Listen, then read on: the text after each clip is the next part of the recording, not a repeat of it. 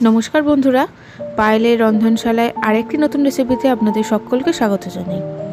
आमार आजकेर recipe hello मिष्टि दई।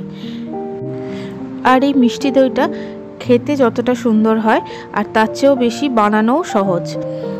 एकदम दोकानेर मतो लाल लाल मिष्टि दई खूब सहजेई आपनारा बाड़ीते तैरी करे निते पारबेन। चलुन शुरू करा जाक रेसिपिटा शुरू करार जन्य प्रथमे आमि एकटा कड़ाइते 3 टेबिल चामच मतो चीनी निये निচ্ছি। এই চিনিটাকে পুড়িয়ে আমি লাল করে নেব। একটা ক্যারামেল সিরাপ বানিয়ে নেব। এই সময় ফ্লেমটা অবশ্যই লো টু মিডিয়ামে রাখবেন, না হলে চিনিটা পুড়ে একেবারে কালো হয়ে যাবে। এই সময় অবশ্যই আপনারা 2 চামচ মতো জলও দিতে পারেন। আমিও দিয়ে দিচ্ছি, 1 টেবিল চামচ মতো জল দিয়ে দিলাম।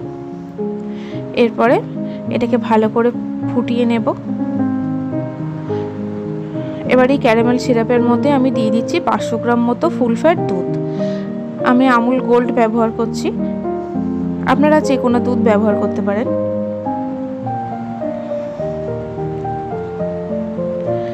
এরপর এই দুধটাকে একটু ফুটতে দেব। দুধটা একটু গরম হয়ে যাওয়ার পর আমি হাফ কাপ মতো মিল্ক পাউডার দিয়ে দিলাম। মিল্ক পাউডারটা দিলে খুব তাড়াতাড়ি দুধটা কিন্তু ঘন হয়ে আসবে এবং দইয়ের টেস্টটাও খুব ভালো আসবে। এরপর আমি দুধটাকে 10 মিনিট ধরে ফুটিয়ে নেব। এর সাথে দিয়ে দিলাম আমি চিনি, স্বাদ মতো চিনি। আমি 1/3 কাপ মতো চিনি দিয়েছি। চিনিটা দেওয়ার পর এটাকে ভালো করে ঘন করে নিতে হবে। এটা একটু সময় নিয়ে করতে হবে, 10 থেকে 15 মিনিট সময় লাগবে। একটু ঘন হয়ে আসার পর এটাকে আমি ঠান্ডা করতে দেব। এরপর আমি আরেকটা বাটিতে 3 টেবিল চামচ মতো টক দই নিয়ে নিচ্ছি। অবশ্যই জল ঝরানো টক দই নিতে হবে। এই টক দইটাকে ভালো করে ফেটিয়ে নিয়ে একটা মাটির ভাঁড়ে অল্প একটু দই আমি লাগিয়ে নেব। আমি এই মাটির ভাঁড়টাতে দইটা বসাবো। এই মাটির ভাঁড়ের গায়ে আমি একটু দই লাগিয়ে নিলাম। এরপর আমি যে দুধটা ঘন করে রেখেছিলাম সেই দুধটাকে একটু নেড়ে নেওয়ার পর আঙুল দিয়ে দেখে নিলাম দুধটা কতটা গরম আছে। এই গরমটা যদি শরীর সহ্য করতে পারে তাহলে এই দুধটা কিন্তু দই পাতার জন্য একদমই ঠিকঠাক ঠান্ডা হয়েছে। এরপর ওই দুধের মধ্যে আমি যে ফেটিয়ে রাখা টক দইটা ছিল সেটা দিয়ে দিলাম। বাকি টক দইটা দিয়ে একটু ভালো করে ফেটিয়ে নিচ্ছি যাতে কোনো লাম্প না থাকে। এরপর এই দুধটা আমি ভাঁড়ের মধ্যে ঢেলে দেব দইটা বসানোর জন্য।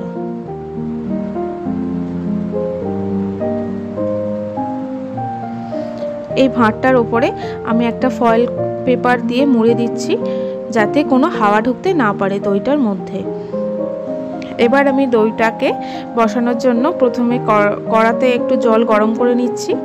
জল গরম করে নেওয়ার পর একটা ছোট বাটি দিয়ে দিলাম। আপনারা চাইলে স্ট্যান্ডও দিতে পারেন। দেওয়ার পরে আমি দইয়ের ভাঁড়টা বসিয়ে দিয়ে একদম লো ফ্লেমে এটাকে 40 মিনিট রেখে দেব। এইভাবেই এটা 40 মিনিট পর বন্ধ করে দেব এবং আরও 2 ঘন্টা এইভাবেই রেখে দেব ঠান্ডা হওয়ার জন্য। এটা ঠান্ডা হয়ে যাওয়ার পর আবার 2 ঘন্টার জন্য আমি ফ্রিজে রেখে দিয়ে তারপর আপনাদেরকে সার্ভ করে দেখিয়ে দিচ্ছি দইটা কেমন হয়েছে। এটা আমি 2 ঘন্টা ফ্রিজে রাখার পর দেখাচ্ছি আপনাদের দইটা কত সুন্দর বসেছে। আমি কেটেও দেখিয়ে দিচ্ছি। এই দইটা কিন্তু আপনারা ডিপ ফ্রিজে রাখবেন না, নর্মাল ফ্রিজেই রাখবেন। ডিপ ফ্রিজে রাখলে কিন্তু এটা বরফ হয়ে যাবে। এটা খেতে একদম দোকানের মতোই হয়েছে, লাল লাল মিষ্টি দই। এই রেসিপিটা বাড়িতে তৈরি করবেন আর আমাকে জানাতে ভুলবেন না কমেন্টের মাধ্যমে রেসিপিটা কেমন হলো। রেসিপিটা ভালো হলে অবশ্যই ভিডিওতে লাইক করবেন এবং বন্ধুদের সাথে শেয়ারও করবেন। আর আমার নিত্য নতুন রেসিপির আপডেট পেতে আমার চ্যানেলকে সাবস্ক্রাইব করার সাথে সাথে পাশে থাকা বেল আইকনটা প্রেস করতে একদম ভুলবেন না। সবাই সুস্থ থাকবেন, ভালো থাকবেন। পরে আরেকটা রেসিপি নিয়ে কথা হবে।